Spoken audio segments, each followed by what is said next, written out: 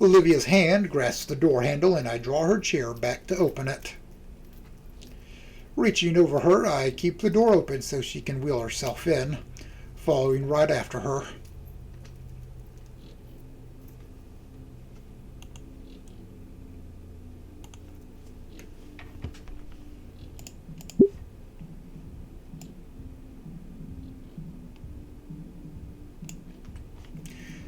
Inside the backstage area, it's a lot quieter.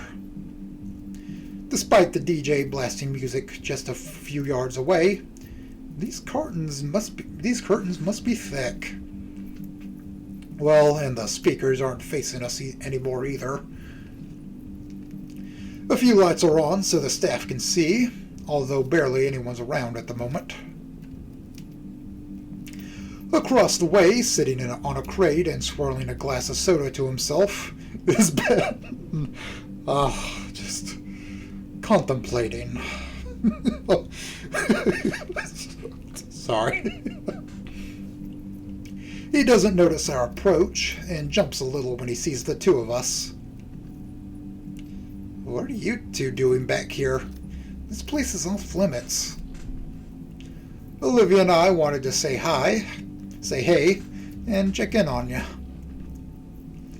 Okay, hey.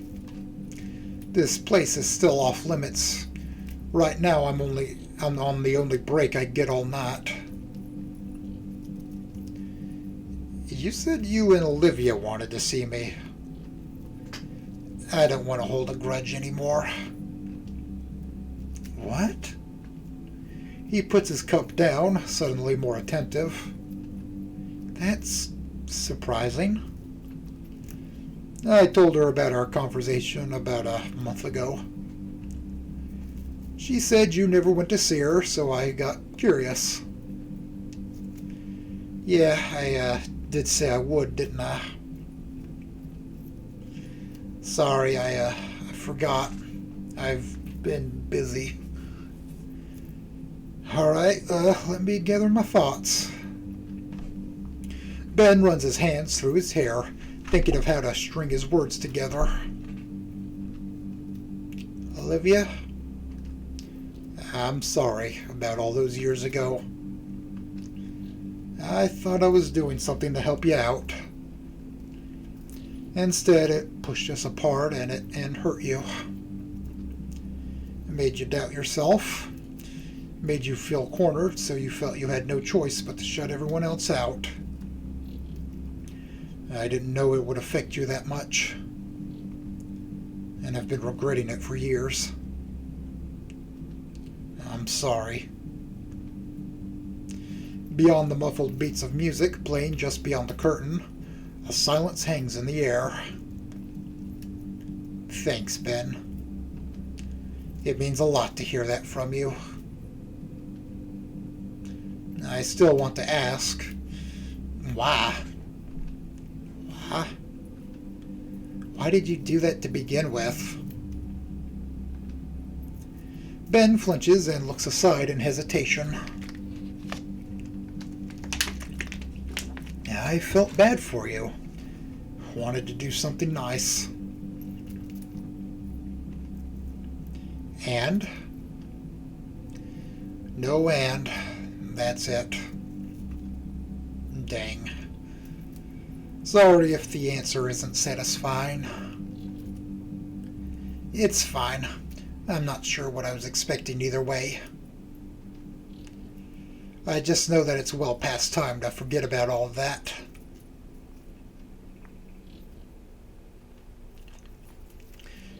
So, can we be friends again? I'd like to take it one step at a time. Okay. Maybe sometime in the future. It's a lot to process, even this conversation happening for me. I get you. I thought we'd never be able to just talk it out like this. Yeah. I hear the steady march of heels approaching.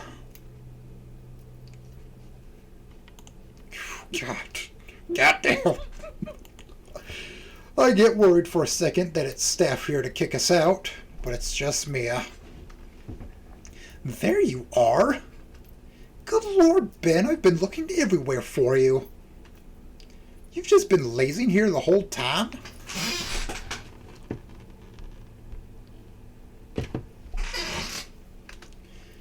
I'm out here looking like a chump with no date. Wait a minute. I told you already if you want your... Oh, you two. Mia? You're not still mad about that, Of course not. Don't be stupid. As far as we're concerned, it's water under the bridge. So, how you've been? Make any new pictures lately, Olivia? Just finished a new one. It's hanging in the memorial room. I saw it. Looks good. Hey, how come mine didn't look like that? I'm joking. I haven't gotten a chance, unfortunately. Oh, it's great. I can hardly put it into words. It's a piece by Olivia. That goes without saying. An odd air of calmness settles on us as we just stand there in the low lighting of the backstage area. Even Mia seems to have fallen into its grasp as she leans against the box Ben is sitting on nonchalantly. Well, only one semester left. Yep.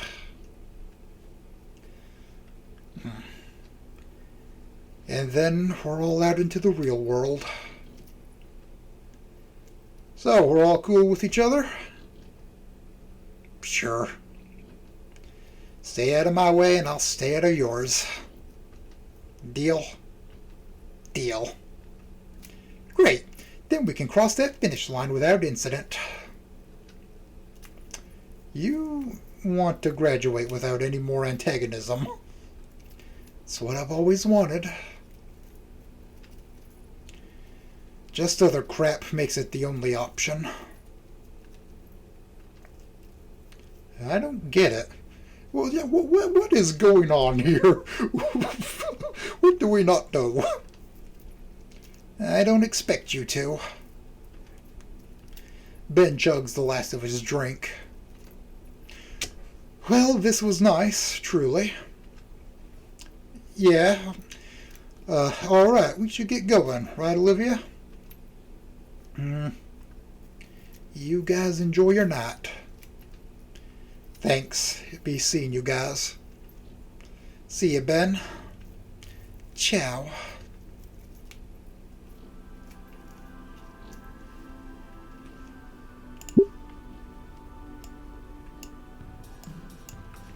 I pushed Olivia out of the backstage area into the bright, loud ballroom again.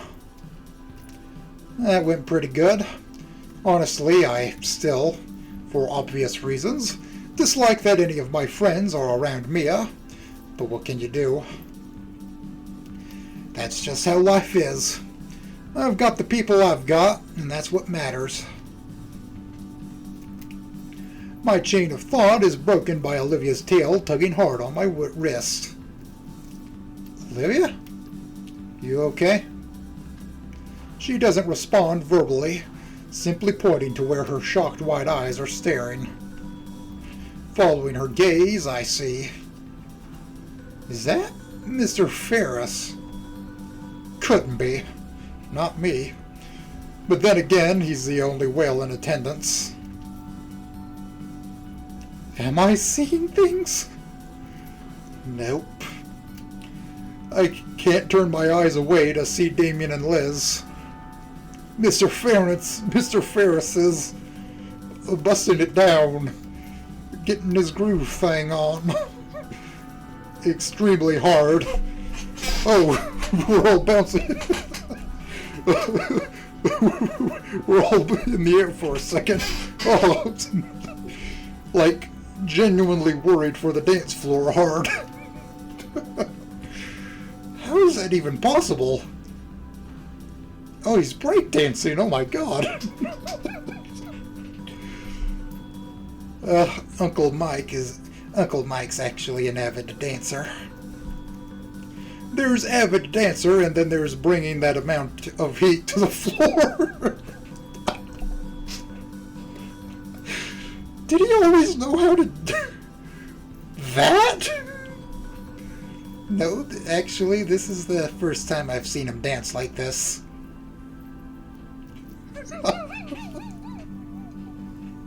The crowd around Mr. Ferris has finally broken their silence, cheering him on as he thrashes the dance floor like crazy. I see now. Mr. Ferris finally got some swag. Hell yeah. I can't help but feel some pride as I watch the older gentleman spin with... I was right.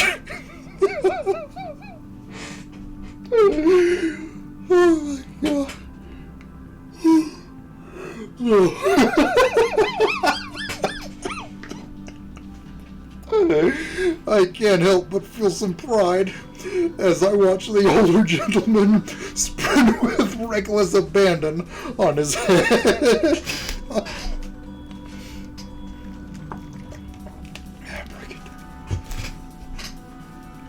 Holy shit. Holy fuck, Lois. Ugh. Oh, I guess he's...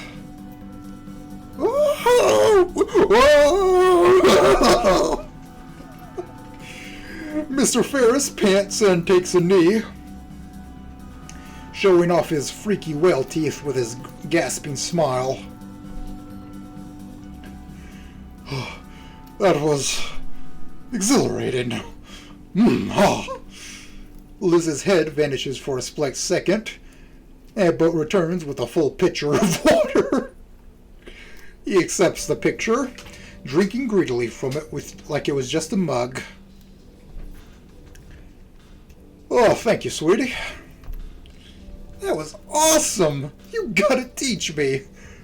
I don't know if it would be even more difficult with his fin spikes. Gladly, though not anytime soon. He practically collapses on the chair beside us. Sipping from the pitcher some more. Why don't you all take my spot? I left a sizable opening on the dance floor after all. So he did.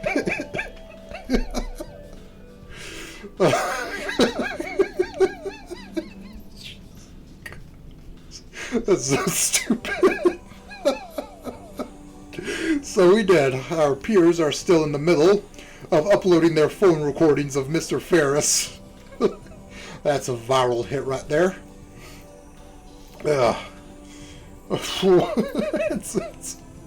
That's a YouTube short right there.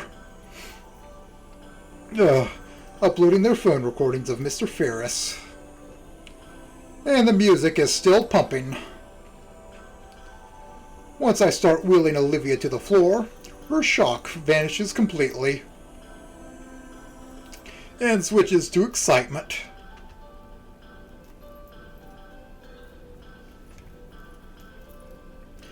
Damon and Liz aren't too far behind, and soon enough we're among the throng of seniors, dancing to the fast pulse of the music.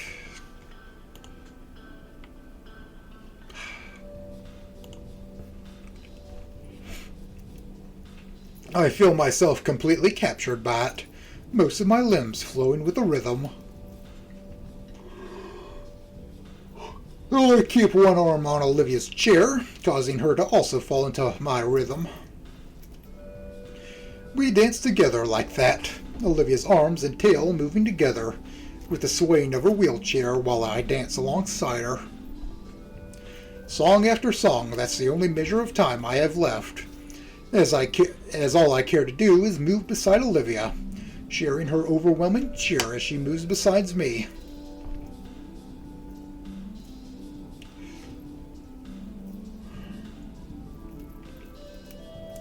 At a certain point, my throat's too dry to ignore.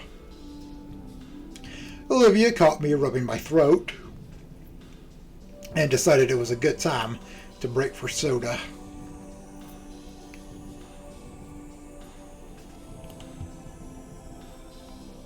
They just kind of looking at the middle down there. So we're sat on the outskirts of the dance floor, resting against each other and catching our breath. So, good night so far?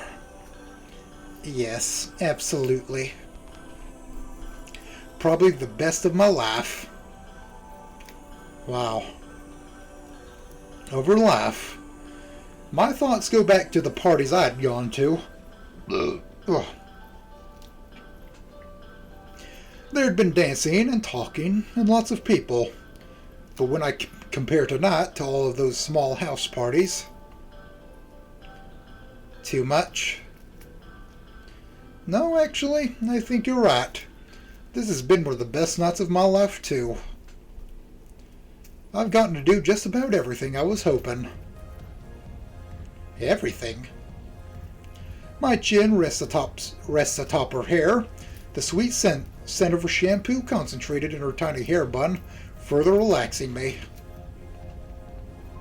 Olivia's hand clings tightly to mine, and I recuperate. This is new.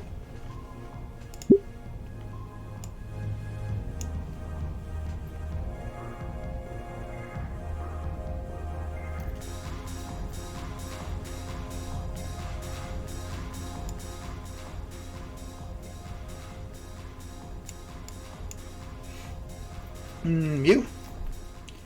Almost. Just one thing.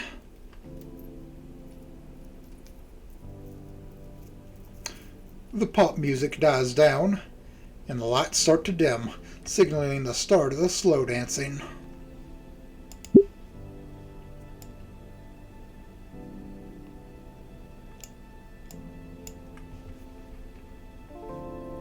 This one's different. Yeah, it's different. After that, the party's gonna be over. I feel her head turn, her bun pushing my cheek and making me pull away. Olivia looks wistfully towards the dance floor, where the crowd is diminished to only the couple swaying gently to and fro. She's clearly thinking about something. Something, right. I stand up and face her, taking both hands. Olivia? Would you like the dance? Yes. Yes, please. That would be perfect. Olivia practically jumps back into her wheelchair from the seat. Come on, they're only playing a few of these sappy tracks. Her tail drags me by the arm to an open spot on the floor. Alright, how are we going to do this?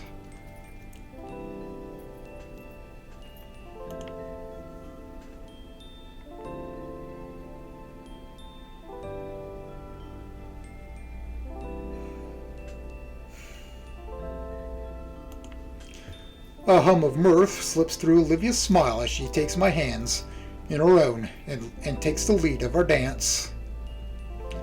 My date sways side to side within her chair, slowly falling into the gentle rhythm of the romantic music. Her grin grows wider as I match her pace, stepping left and right in tandem with Olivia. Her beautiful silver eyes are almost hypnotic as I find myself lost in them. I feel as though I could linger in this moment for the rest of my life. It's Olivia's voice that dispels the trance she had over me. So, for the briefest moment, I hear the worry in her tone. This is good, right? I present her with my most reassuring look. Absolutely, Olivia. Olivia's eyes turn downward. Yeah, but There's still hesitance in her voice. My fingers squeeze lightly to draw her eyes back to me. Olivia, what's wrong?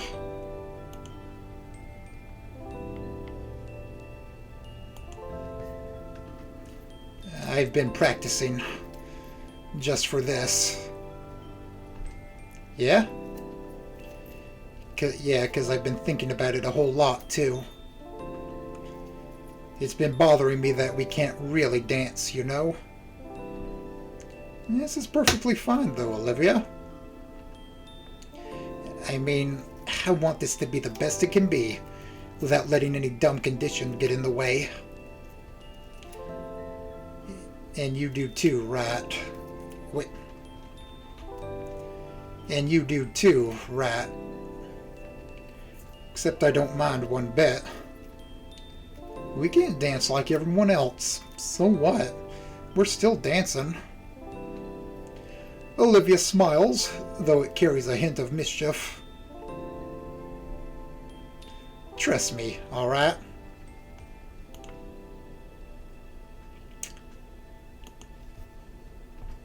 I want to show you something. She breaks away from my embrace. Huh? What? Just keep your eyes on me, Inko.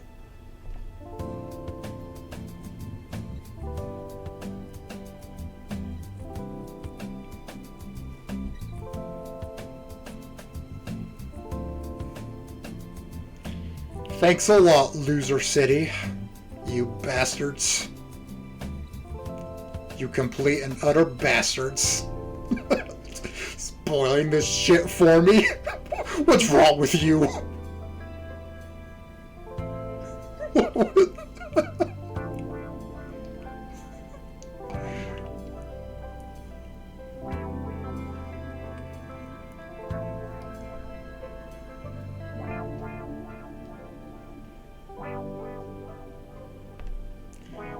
You're absolutely right, Nocturne. I was absolutely robbed.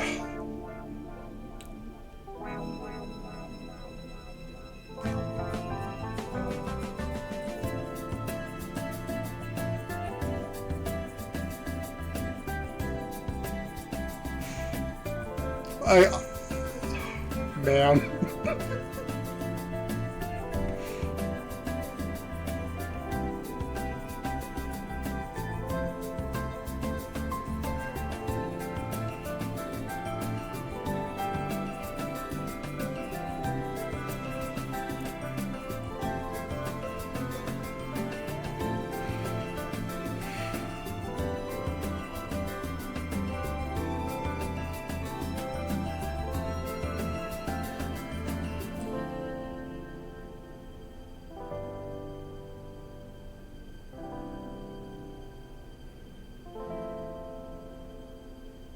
Oh, man.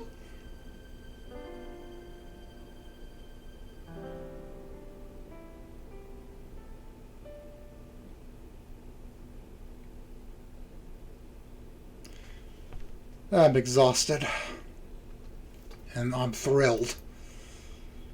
And I love her. She really went so far just for me. No, just for us. I'm thankful I have these glasses. I feel pricks of tears at the corner of my eyes. The final song ends, and the lights brighten once more. The crowd around us shifts. Some people are leaving, probably to go home now. But others take their place, looking towards the stage for whatever ending ceremony there might be. Ben approaches the mic stand on stage, leaning into the microphone after making sure it's turned on. Good evening, everyone, and thank you all for coming tonight to the annual St. Hammond Winter Formal. And a huge thanks to our student council team for putting this whole thing together. I hope everyone here made some memories they'll treasure forever. With that last dance, our time here is up, and you're all free to go. Good night, stay safe, and enjoy your winter break. We'll be seeing you all next year. He waves once more and returns backstage. Some students start milling out towards the doors to their cars. Damien and Liz finds us through the crowd. Hey, that was amazing out there. Thanks. You guys ready to bail? Yeah, the limo's still out front. We got 'em until midnight. Heck, we can stop somewhere too if we wanted. Oh snap! like ice cream? In this weather? In any weather? Olivia? I'm steaming hot. I actually would like a root beer float. Sounds like a plan.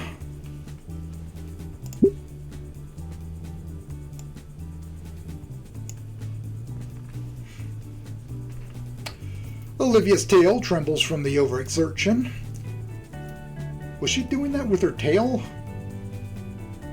That's probably what she was kind of doing. Yeah, now that I think about it. But still, I didn't actually notice the complete thing. If it showed that's what she was doing, I didn't notice. But still, snakes around my wrist as always. She huddles to herself as we leave behind the Grand Con Center and out into the freezing air of the city.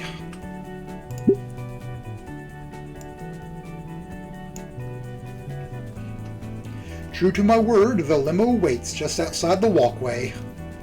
I'm sorry, that's just a little loud. On my end. The driver gets out on seeing us and goes to open the door for us. Damon and Liz hop in, sighing in relief at the heated seating. I start helping Olivia in. Just like her tail, her legs are quaking from exhaustion as I help her make the jump from the chair to the seat.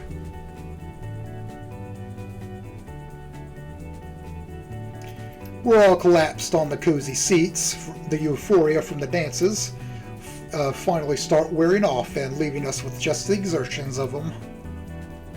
It's a pleasant soreness, though, as Olivia rests against me with a yawn and tired smile.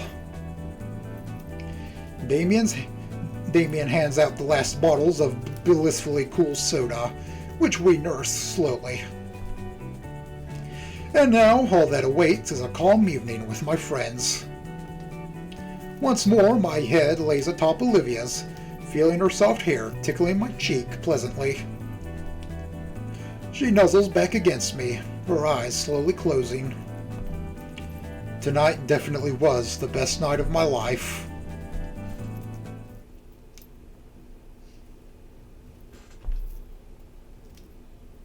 Wait, wasn't I supposed to give a speech? What? I swear there were supposed to be speeches for Ideken. I was thinking in the back of my head, wait, what? Bye, bitches. Whatever. Let's go home. I'm tired. Ben was gonna do one. I had something ready.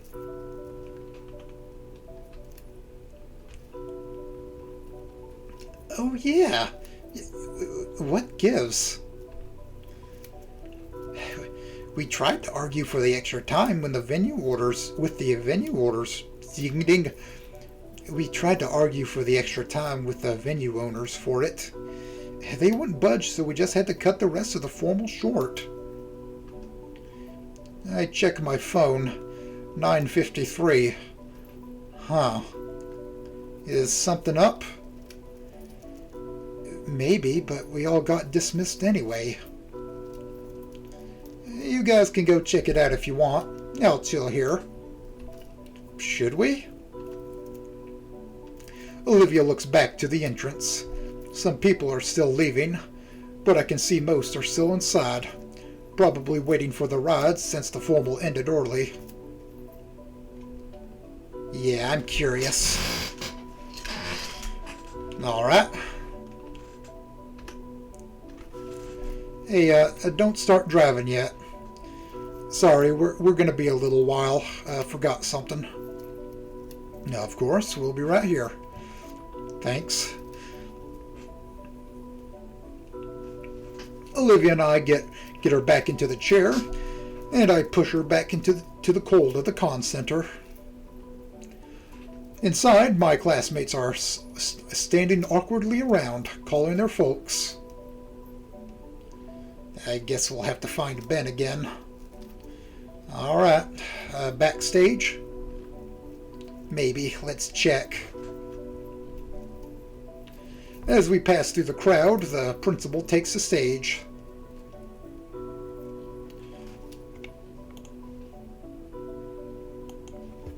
God. The mic isn't turned on. She annoyedly gestures to have it turned on and tries again. Excuse us, we're having some technical difficulties at the moment. We should have one final event tonight. Our apologies for the confusion. Please wait while we get things organized. She's definitely annoyed at something. Something's up. When nobody's looking, we slip back in through the staff-only doors. Now, where would Ben be? He's not back in the main backstage area. There's a few other workers walking around, dragging the dining room chairs into neat stacks. They don't pay us any mind, however. Best not to push our luck and ask them where Ben is. Maybe he already left. Doesn't sound like him.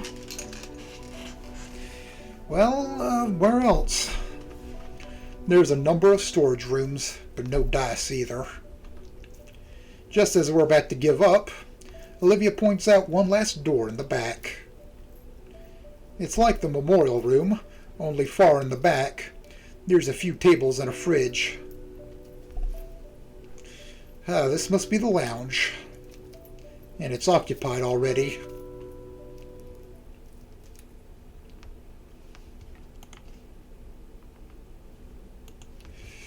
Mia. Megan.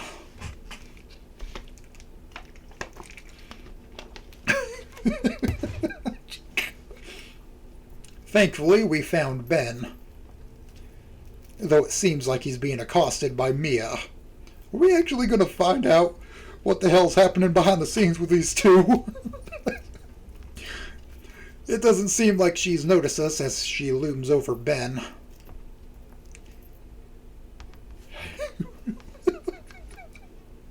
We're having trouble.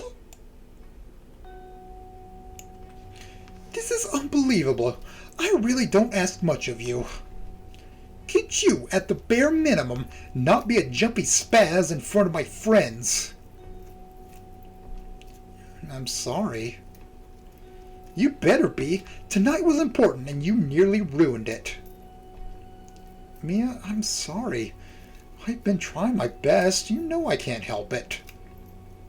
Listen, I've been good like you wanted. Just please, I need my... Whoa, where are we going? What? Mia holds a finger to Ben's mouth. She jerks her head our way to direct a silent threat of violence at us. People are listening. What are you two retards doing? Eavesdropping like that? Crap. Yeah, Mia, we were looking for Ben. Oh my god, why? Clearly it's not a good time. In fact, you picked a very bad one. Show's over. Scram, go home. I was saying, Mia, please, I need... Shush. How much longer are you holding it? You promised. I said shush. I'm serious. Holding? What are you keeping from him? I waited like you wanted. You said you would...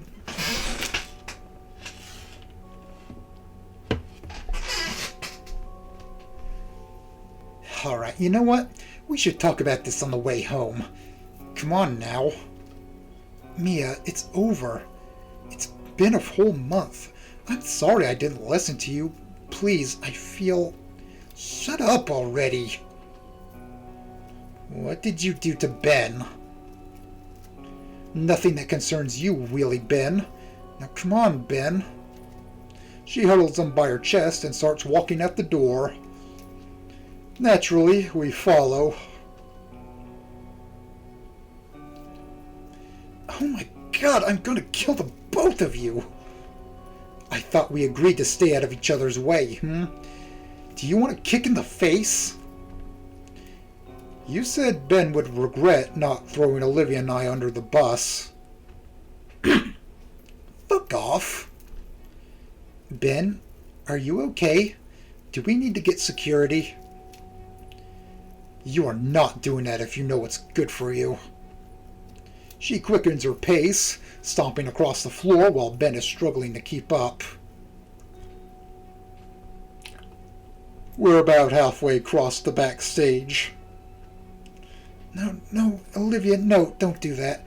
I just need something she promised. Everything's okay. Dude, you look like you're about to have a heart attack. I'm fine, I just need the... Ben, you shouldn't be talking now. We're going home, and we can talk about it then. Ben can't keep up with Mia and trips. Fucking idiot! Get up! Get up! Yeah, we should get security.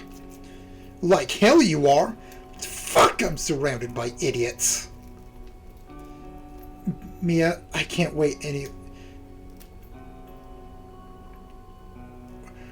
Mia, I can't wait any longer. Just please, I need it to be normal. Shut up, you fucking idiot! Oh, shit.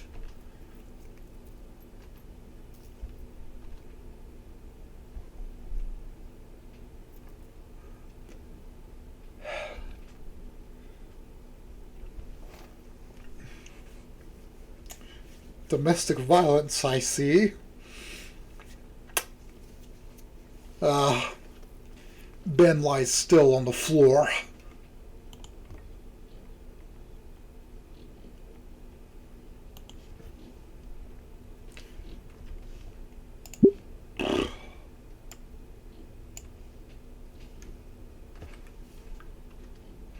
Mia's fist is frozen where it made contact. She pulls it back and stares between it and us. She knows it was a mistake.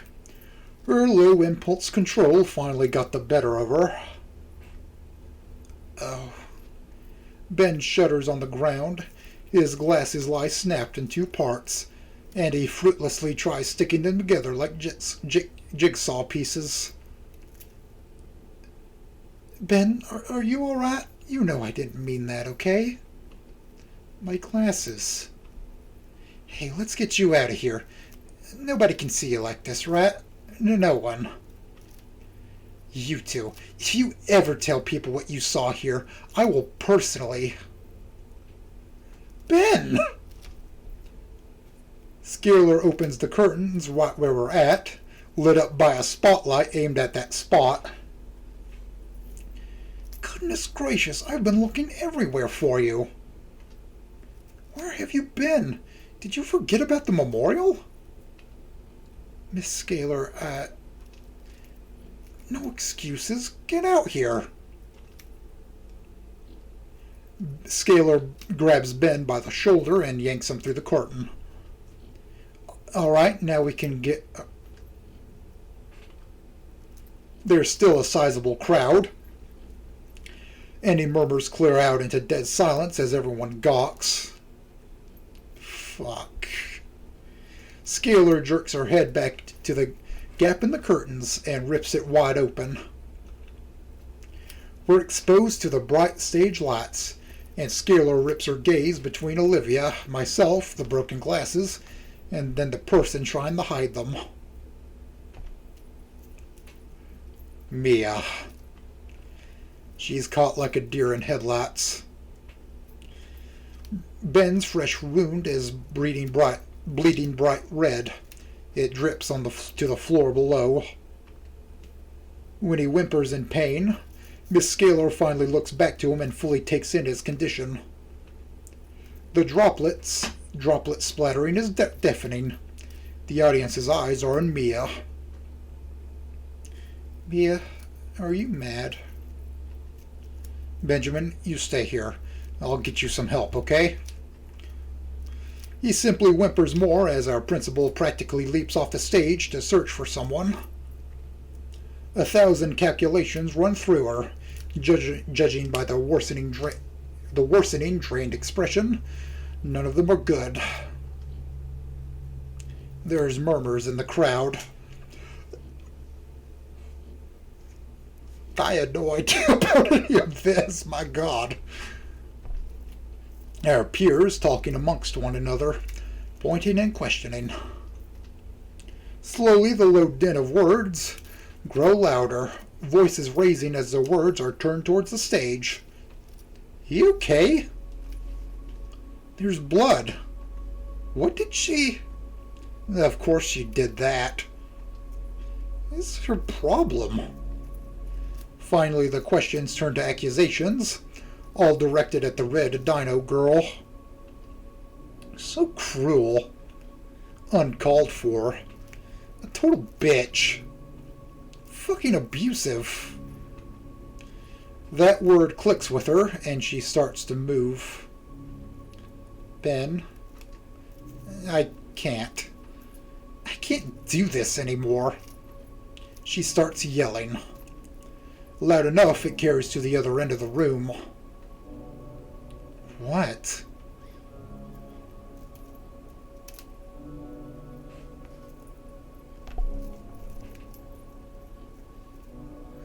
I can't take this abuse anymore. Just look at me. You made me like this. All those years. Making me put up this act, doing your dirty work, harassing all the students you didn't want to deal with. Excuse me? Do you think I want to hurt people? I thought you loved me. I don't want to do your dirty work.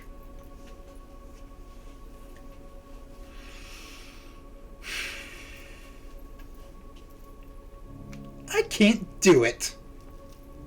All of this because you can't have people knowing about your condition. What is going... What? Mia, no, please. Mia yanks out an orange bottle from her purse. Just making sure I'm still in spot.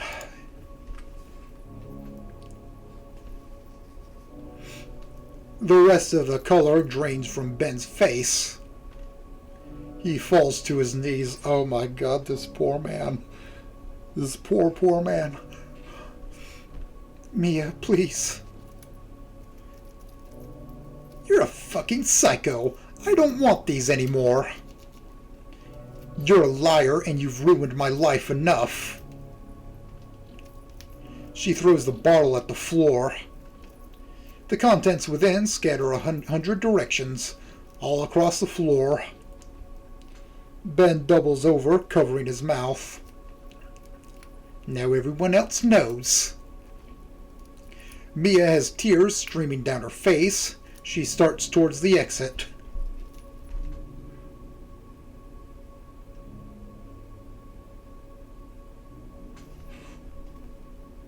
Wait, what? Ben's on antipsychotics? What? No way, it's a bunch of bull. Then what are the pills?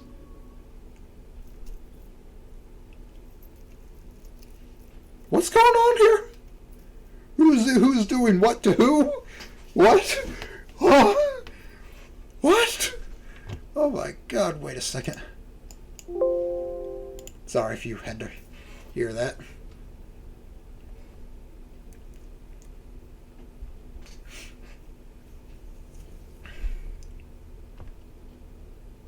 The bottle rolls over to me.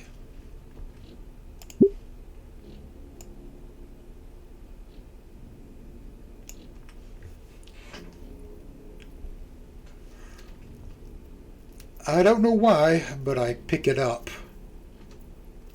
I can't pronounce what's supposed to be inside, but I can read Ben's name printed clearly on the label. They're antipsychotics. So that's it. That's horrible. Ben had betrayed her when he didn't do her bidding. Okay, so I am right the whole way through. You bitch! She had to tighten his leash by keeping it from him, to remind him who's in charge and keep him from making the same mistake again.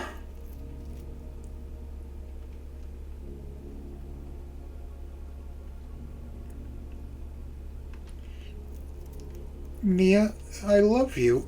Just don't go. Get away from me, you freak!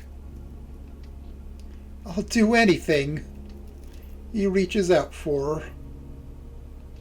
Mia. Mia ignores him.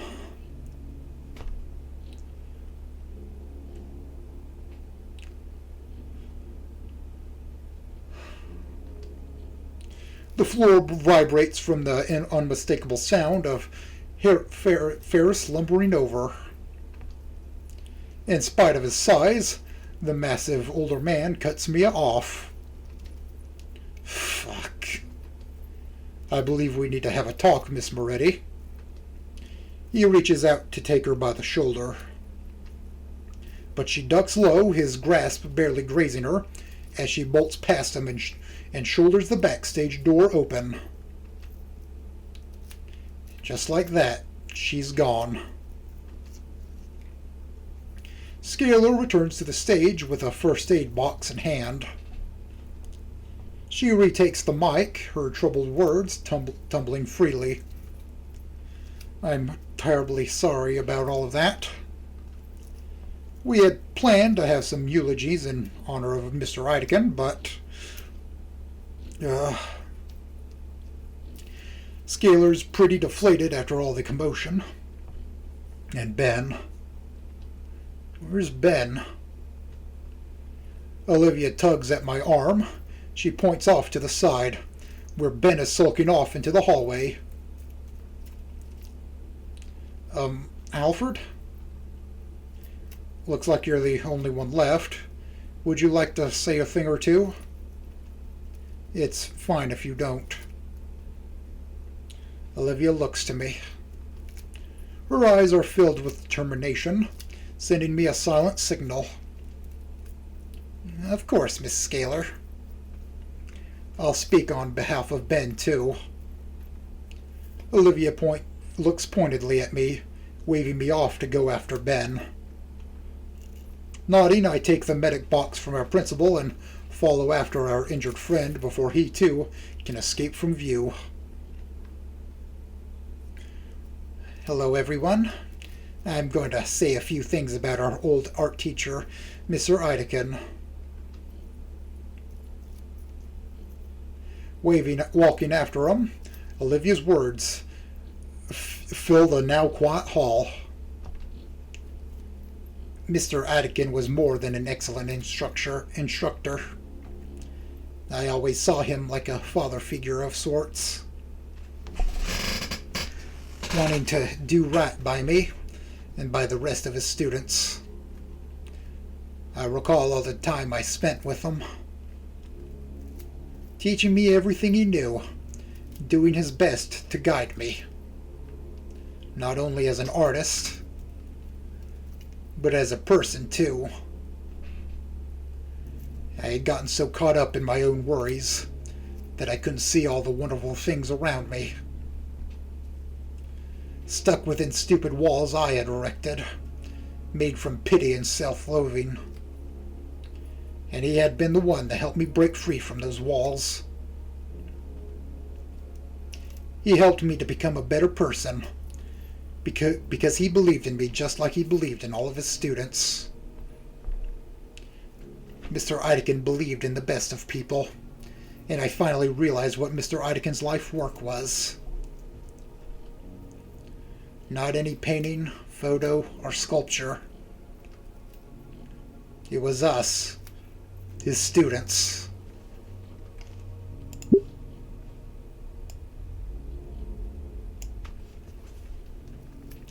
Helping us to become better people.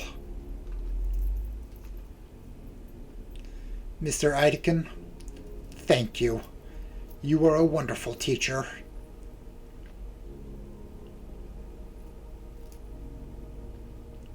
Ben sits on the ground in front of the memorial. He's not crying, but he's unresponsive. He's in shock. I guess I would be too. This has to be his worst case scenario. Hey. I set the first aid kit on the floor by him and sit as well. It goes unopened. Ben just stares up at the painting on the wall.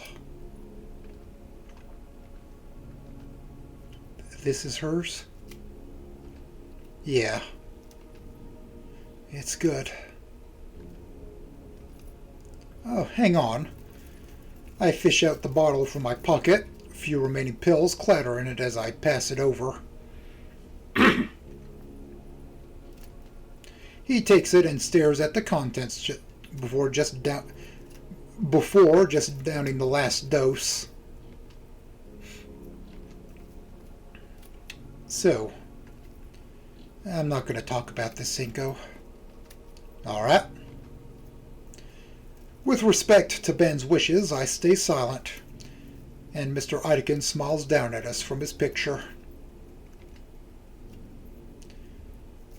She's been able to do something like this. Meanwhile, I'm just running around making things worse for myself.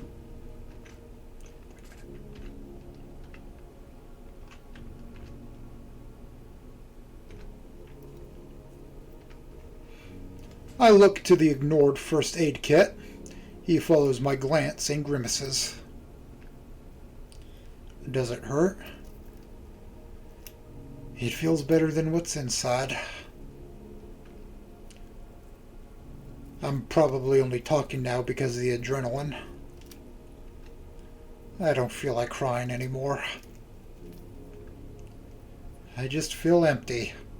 I like throwing up. Now everyone knows.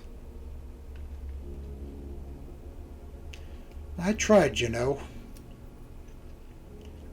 All the social classes, all the times I forced myself to be a social person. I have noticed how well you get along with everyone. I did everything right, and now it's all for nothing. I don't think they'll care. Will they? Tell me, do you see me the same way after hearing the word psycho? Neither does anyone else. It's just natural. It can be the mildest thing in the world, but the label doesn't discriminate. Even with all the good impressions I've made over the years. I'm a threat. I may as well just drop out and finish high school online. You're my friend, still. And you're Olivia's friend. Am I? Given time. We just sit a while, staring at the painting. You know Little Trudon? I took Olivia there. She loves the place. She got herself some fancy Asian paints for this. He nods. Earlier I told her there wasn't any big reason I did what I did. But that was a lie.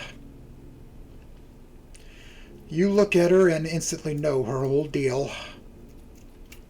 For better or worse, she can't hide what's wrong with her. But someone like me, you had to be told. That means as long as I can hide it, I'm normal. If I ever seek help, it just outs me. That hurt. So seeing her actively refuse it, take it for granted.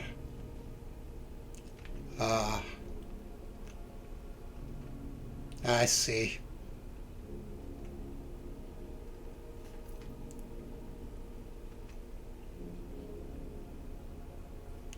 Take it for granted. Wait. Never mind. That hurt. So seeing her actively refuse it, take it for granted. One thing just led to another. It was stupid. That's just how feelings are, Ben. I notice my friend is looking less tense now. About Mia. I don't want to talk about Mia. She's gone. She was always telling me, once she graduated, she'd get out of this dump. I was hoping she wouldn't. Hoping maybe she'd take me with her. How do you know she's gone? She's booking it across state lines as we speak, see? Ben shows the lock screen of his phone. The most recent message is from Mia. Sorry, I'm going. He sighs. 4 years. I loved her. He plays with the broken house of glasses he's picked up. He said he didn't want to talk about it. I won't pry. So we just sit. Idekin's warm smile seems a bit brighter from his frame on the wall. I wonder if he would be happy with how everything turned out. I think he would. It was long and painful, but we finally made it. Became the people he aspired we'd be. Everything that's happened led up to here. Whether through resolving old grudges or finally escaping a horrible situation, things are changing.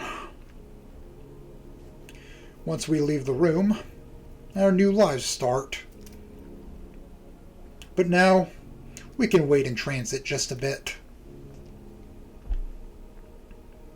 Ben's like me in a lot of ways.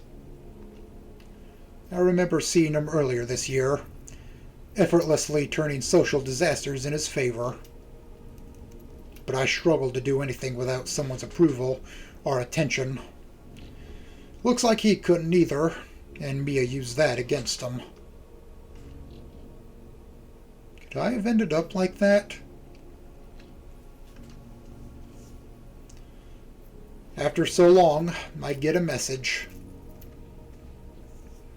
Still in there? Yeah. Ben notices I'm wanted. I'm not keeping you here. You can go.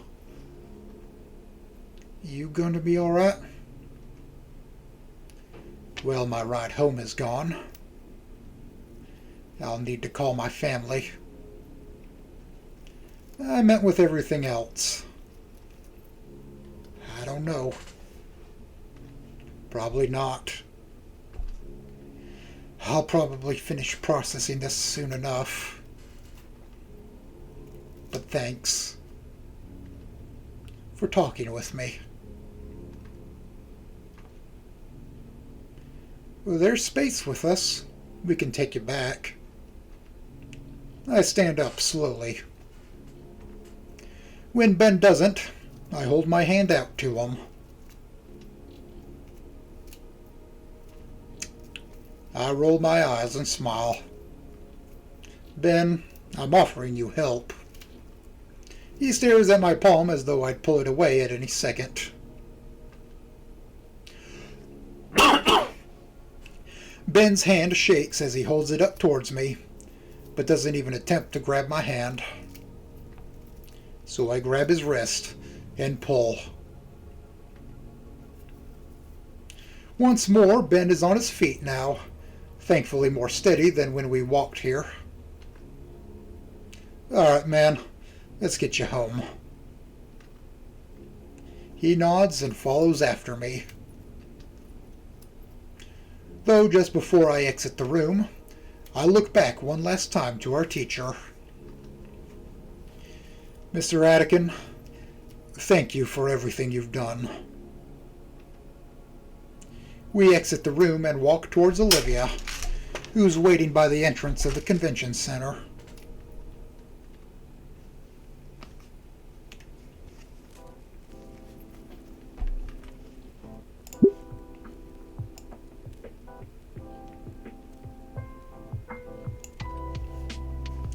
The rest of the place is in full cleanup mode.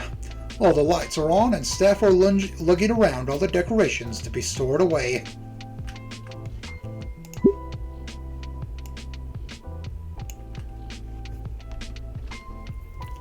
When we reach her, I automatically take her handlebars and push her out of the building. Her head turns to Ben, eyes inspecting him thoroughly. How are you feeling, Ben?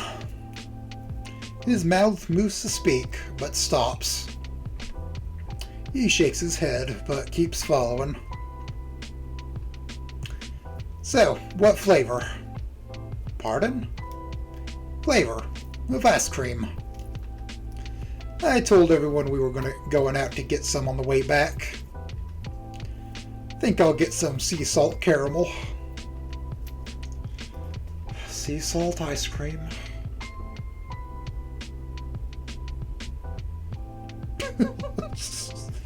Oh, Sion.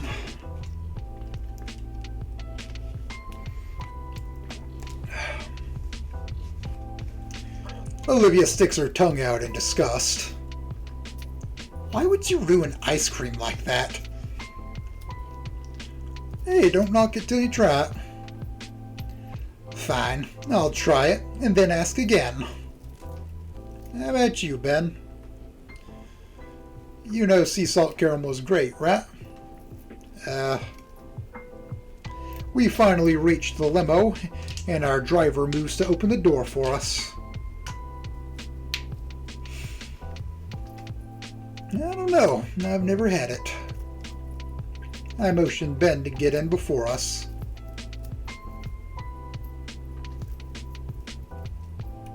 Oh.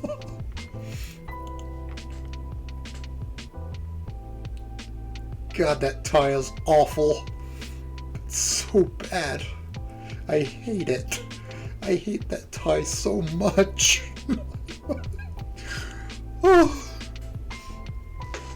Oh.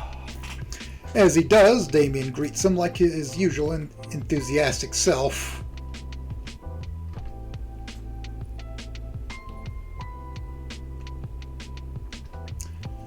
Once I help Olivia into the limo, the driver storing her seat in the trunk, and I finally lay myself on a luxurious seat.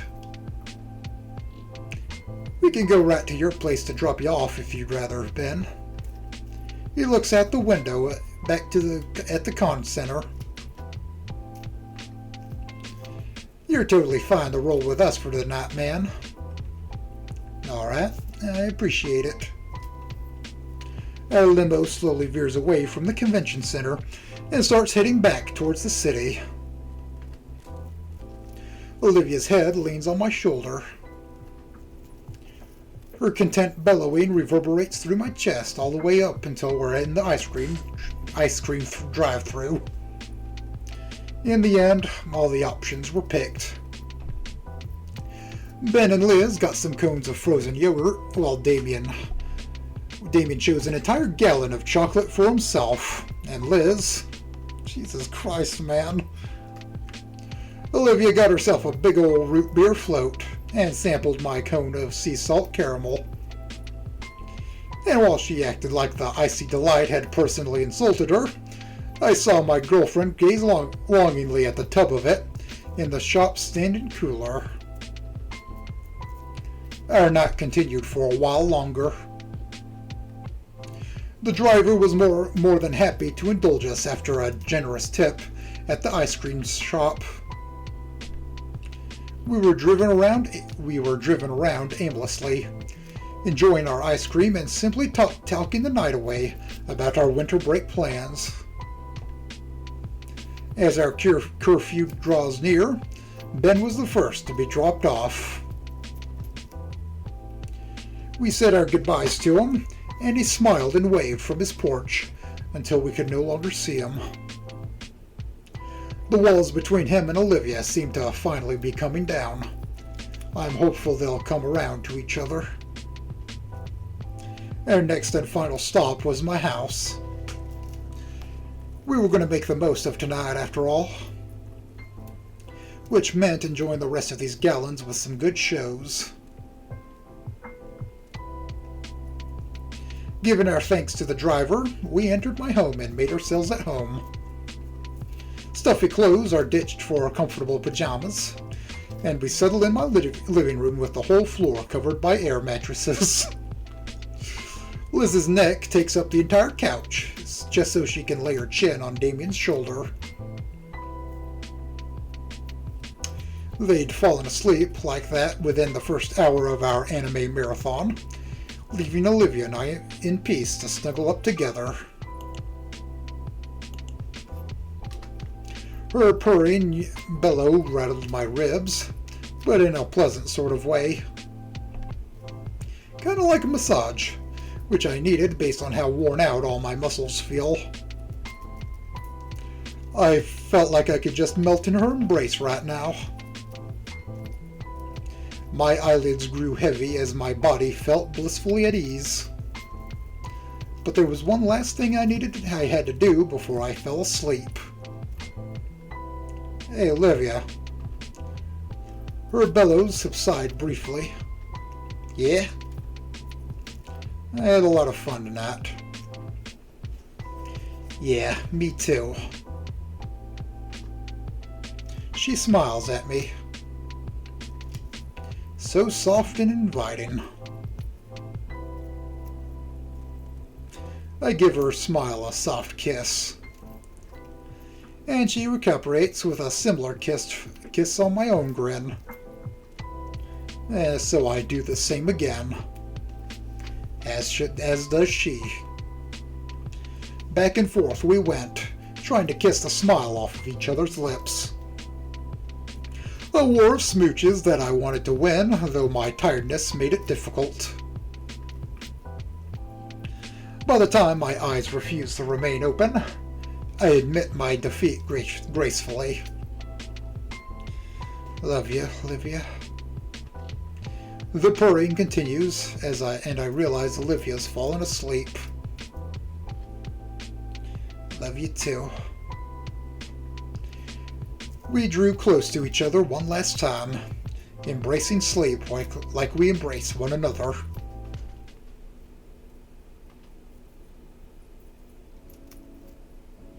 Christmas Day.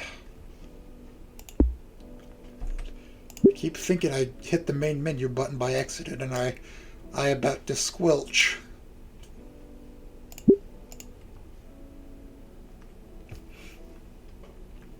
Christmas Day.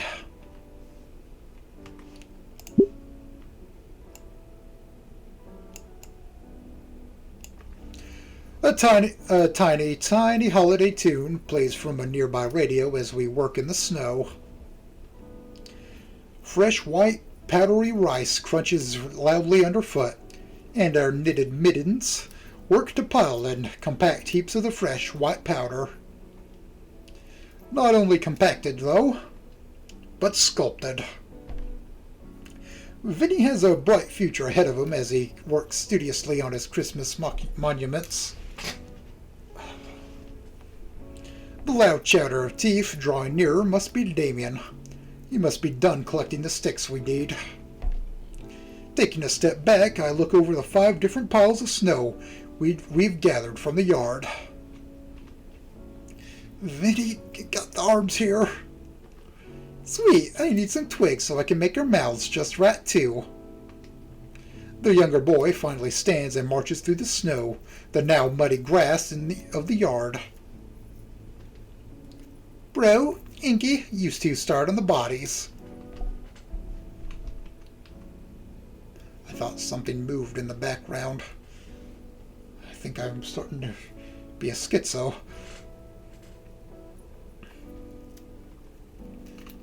You two start on the bodies. I'll make the heads.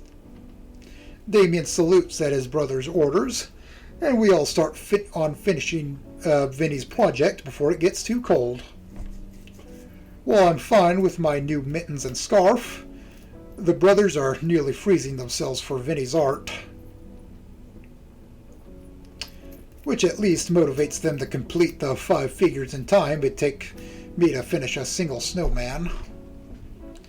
Originally, Vinny was begging me to make a snowman in his stead, but he got ahead of himself and ended up giving himself an artistic vision of a whole family of snow people modeled after the family.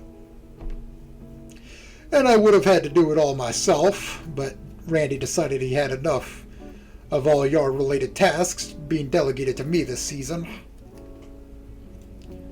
At least we have the promise of lunch. Olivia's hard at work in the kitchen.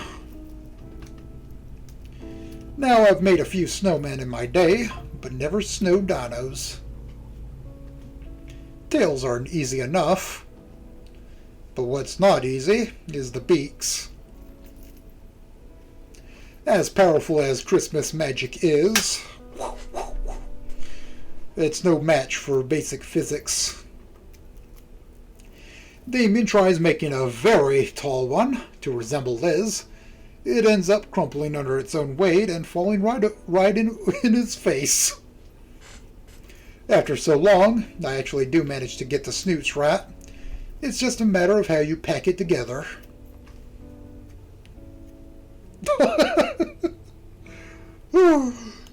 What the hell, man? Aw. And before long, there's a nice little group of snow dinos for each of the panes. Olivia's is special. It's sprawled out flat, like how she always lays in her bed. I see Olivia judging from the window. It's a playful glare that knows I'm right, but demands satisfaction for the hazing. Hold on, it's not quite finished yet. Vinny quickly begins forming another frosty figure next to Snowlivia. Soon enough, it begins taking a humanoid shape, though lacking any significant details. Inky, can I borrow your shades? Sure thing. Ending of my shades, the little dino presses the hinges straight into its head. There, now it's everyone. Oh, look at that.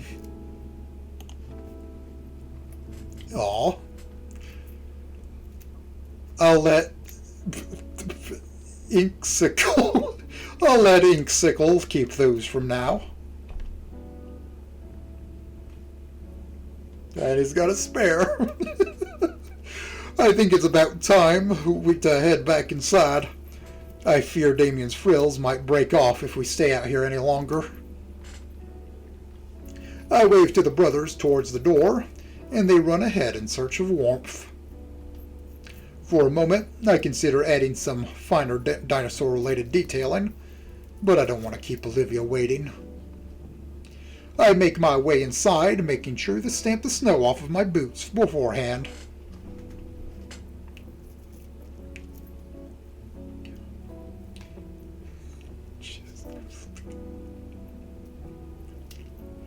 Sorry.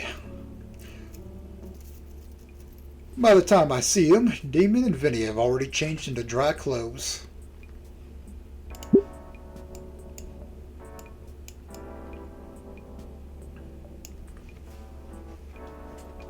The jackets they had worn, designer made and thoroughly insulated for the cold, hung heavily on the coat rack nearby.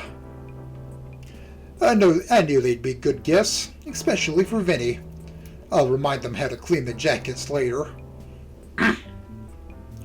The brothers sit on the couch, wrapped in down blankets and sipping hot chocolate way too quickly.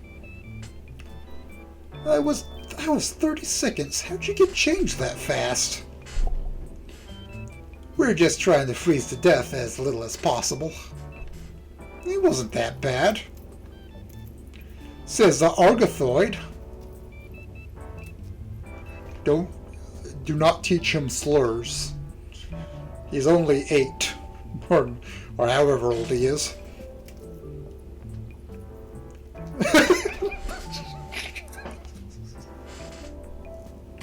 That's not a slur, is it? In either case, I'd rather not get the couch all wet, so I'll have to stand for now.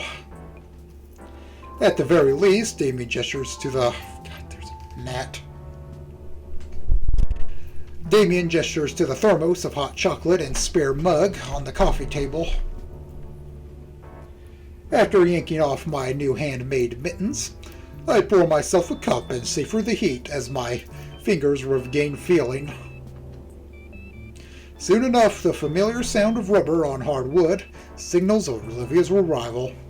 The first thing she notices is the two Payne brothers clumped together on the couch.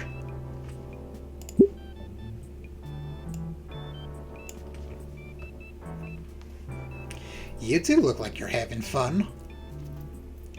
Yeah, did you see the snow guys we built?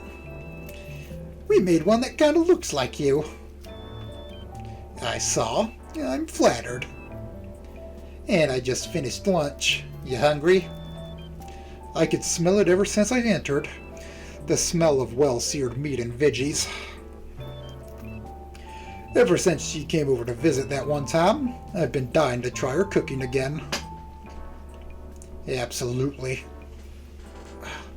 I think I'll stay here for now. Damien, I'm offering you food. No, sir. I'm not getting out of this chair. Vinny takes the cue from his elder and follows his example, crossing his arms and smugly holding his chin up in defiance. You guys suck. Olivia motions me towards the kitchen, and I take one last sip of the cocoa before joining her. She ladles me a bowl, explaining all the intricacies of the special way she learned to make this from Sophia.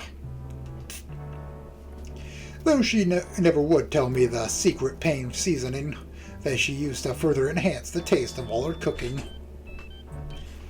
I carefully set the bowls on a large tray and hand the tray to Olivia, who sets it carefully across her armrests. Our meal's set. Olivia's holler for food shakes the house to its foundation. Sophia and Randy meet us as I wheel Olivia into the living room, and they're looking well rested from their afternoon nap. Aw, thank you, Olivia. It looks fantastic. Olivia smiles and sets the tray down on the coffee table so she can start passing the bowls out one by one. With a flick of his tail, Vinny turns on the television, already set to its sports channel and playing a hockey match. Randy takes a noisy slurp of the broth, licking his chops after. Tastes fantastic too. So enjoy the stews, so we can have the real Christmas treats. Real Christmas treats? When Olivia sees my confused look, she simply smiles and shakes her head. The rest of the Paynes look excited enough and start voraciously slurping down their stew. Following their example, I expanded my spoon and take up my bowl and bring it to my lips. Just the right mixture of salty and spicy. The veggies and meat and creamy broth going down so smoothly. As much as I want to savor my first sip, the others have already drank up most of their meal. So I too greedily slurp down my meal until I can set my empty bowl back down on the serving tray in satisfaction. Ah man, that really hit the spot, Olivia. Looking around, Olivia isn't in the room anymore. Olivia? Give her a moment, Inko. She's just fetching some things. I can only guess the treats based on how Vinny is vibrating the entire couch with his excitement. Alright, wouldn't be Christmas without these. These looking to be a tray filled with some kind of oddly shaped chocolates. Olivia wheels herself right next to me, so I take the tray from her armrest. She smiles and gracefully tosses herself beside me onto the couch. Looking down at the tray again, the treats look like bundles of sticks held together by their sugary coating. They're called haystacks, Inko. Try one, you'll love it. I pop one of the smaller bundles into my mouth, chewing on the sweet and salty homemade candy. Marshmallow, butterscotch, and chow mein noodles. I hold up one of the uncovered sticks to inspect it. It's an older tradition, so I'm not surprised you don't know it, Inko. I take a couple more and pass the tray to Damien. They are quite delicious.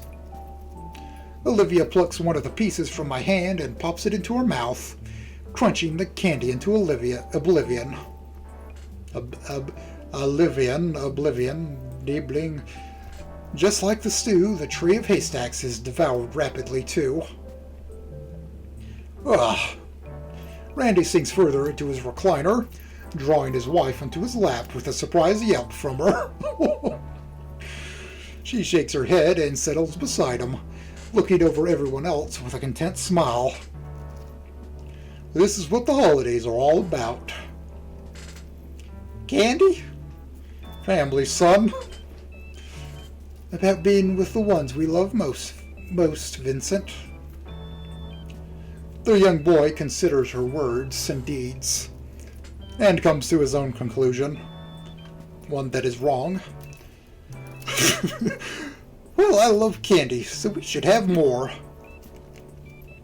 He looks to Olivia, who snorts at his logic. I'll make more later, okay? Sweet! Knowing now that there will be more Christmas candy, the young dino's eyes focus on the hockey game playing. On screen, the hockey puck is finally hit into the net.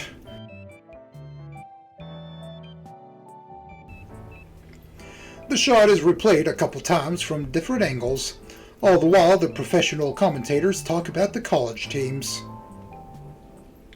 While they mainly focus on the players' game efforts, the commentators also highlight the players' plans and degrees.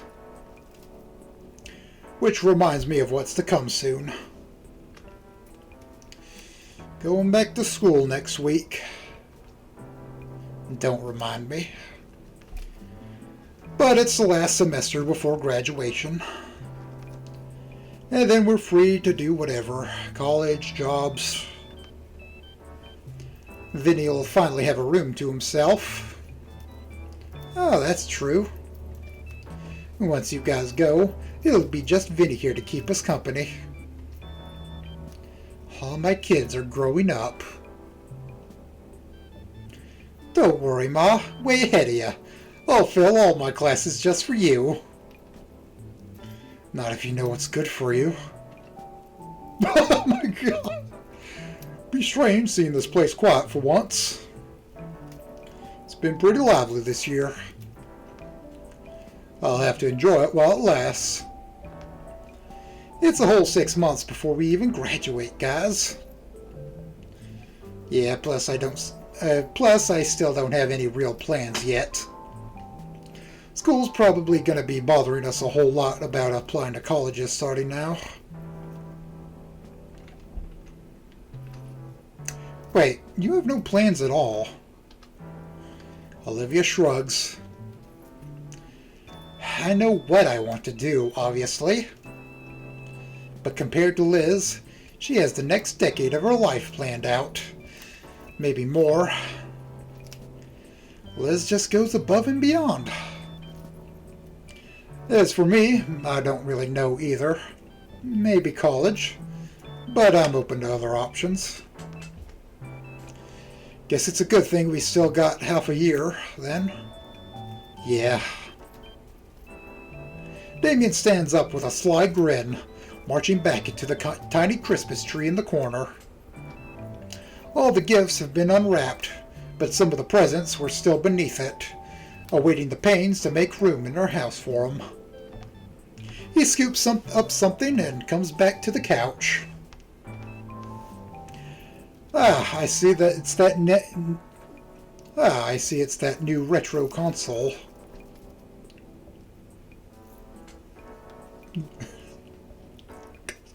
A little mini. I still can't wrap my head around the concept. Wouldn't you want a console from the latest generation?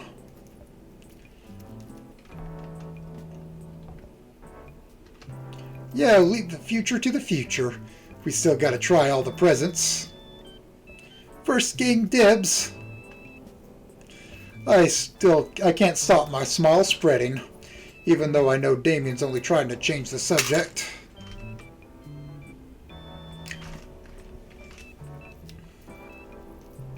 Someone nips my shoulder. Hey, sup? We're forgetting someone. I want to give Guts his Christmas breakfast.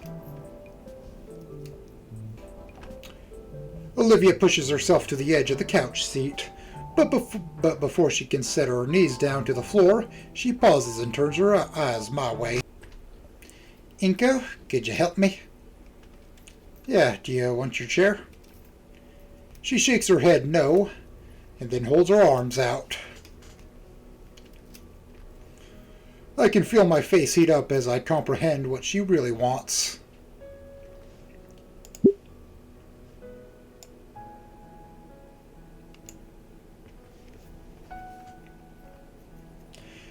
Don't you normally walk on your knees around the house? Just do it. There it is. The rest of her family look amused as I slide one arm beneath her legs and the other around her back. Well, at least Coach Sully's drills helped out my back. Yeah. Oh. The rest of her family look amused as I slide one arm. Right, I read that. Olivia further secures herself by wrapping her arm over my shoulder. Lifting her up is slowly becoming muscle memory, though my gait to my room still feels awkward and wobbly. Olivia doesn't mind it though, as she smiles contentedly the entire time, and even after I nearly drop her onto her bed.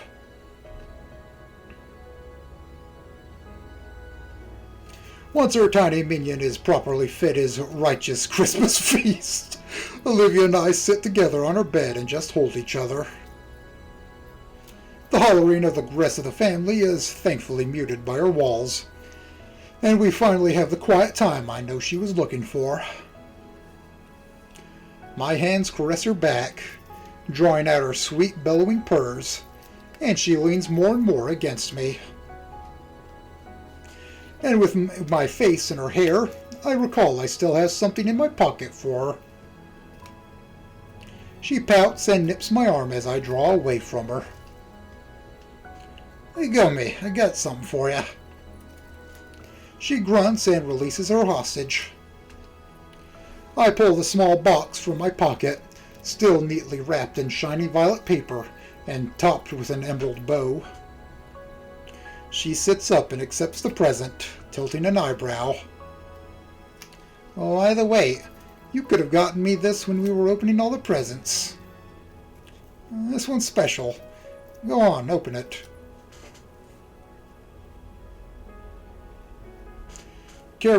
Olivia carefully tears the wrapping off the box and lifts the cover.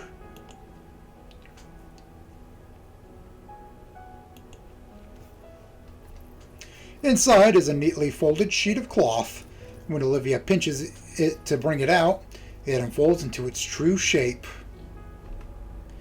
It's a stylized tail brace, meant for support and warmth. It only required commissioning Liz for the pattern, and Sophia just needed the material to put it together. I motion for her tail, which she delicately sets in my hand.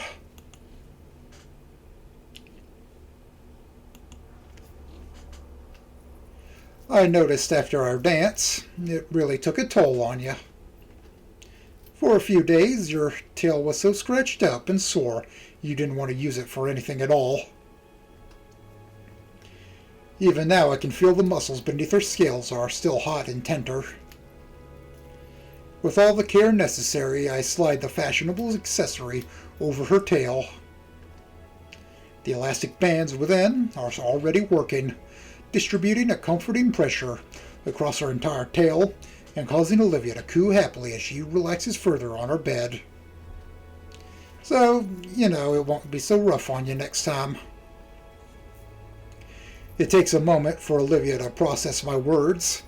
Her expression of contentment slowly changes to one of surprise, and then a gentle smile. Next time. That'd be nice. The twitch of her cheek doesn't escape my sight.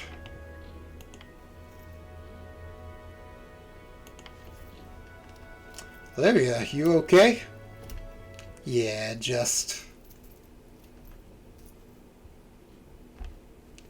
She chews her lip for a moment to think. Is it something bad? No, it's just silly. I guess I just felt, I don't know, guilty for a second. Her fingers wring her blanket. Guilty? What for? It's... At some point while I was making the fountain painting, I was resting when I remembered something.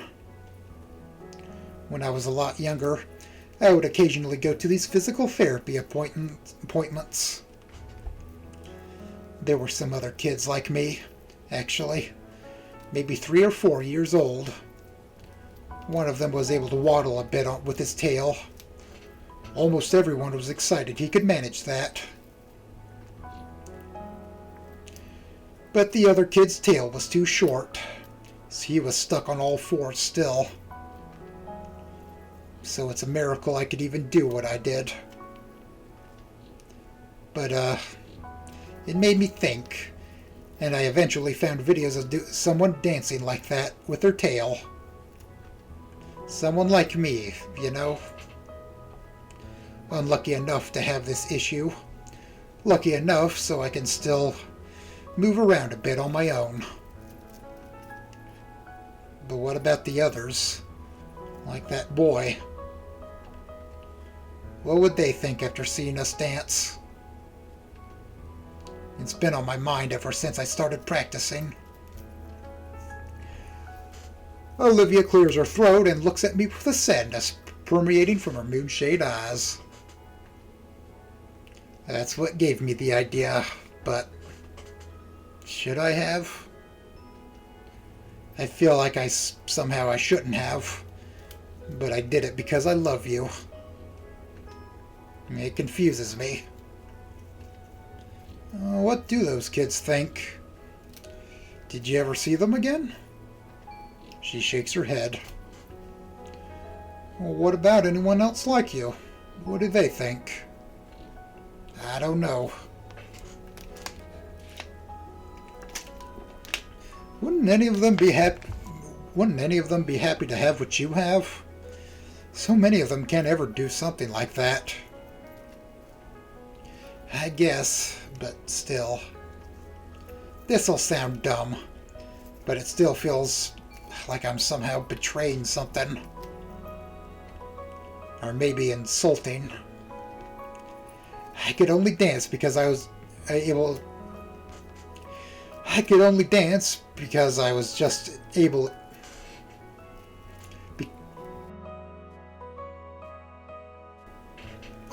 I could only dance because I was just able enough to use an appendage, just long and strong enough to allow it. I guess I feel like I'm mocking them. I'm the luckiest unlucky person. I get the occasional glimpse at normalcy. I may as well not even be called disabled. I'm such an outlier. I thought you didn't ever want to be. I know. Her face falls and her entire maw trembles. I don't have any answers for her. How would I? She's not some strange exception case because of a bunch of crazy variables, and that's not why I love her. She's Olivia, and I love her because she's Olivia. My hands set her tail down upon her lap so that they can cup one of her cheeks and tilt her head upward. Looking into those beautiful silver irises, my whispered words carry my honest feelings for her to clearly hear. Hey, I got you this because I love you. No other reason. If you don't want to use it in any particular way, nobody's making you, alright? The concern in her eyes still exists, but as her lips rise and her eyelids soften, I can see that sorrow subsumed by comforting love. Okay. She leans into my palm and sighs softly. That's a good enough reason for now. Olivia starts running her hand across her tail's garment. It's pretty. Thanks. It's tailor-made, just for you. I like it a lot. Thanks.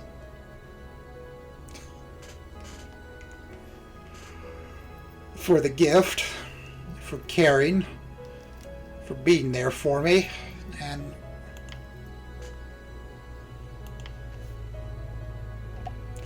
Olivia's comments dissolve into mumbling affectionate words about me as she pushes herself into my chest, wrapping her arms tightly around my body and her tail around my leg.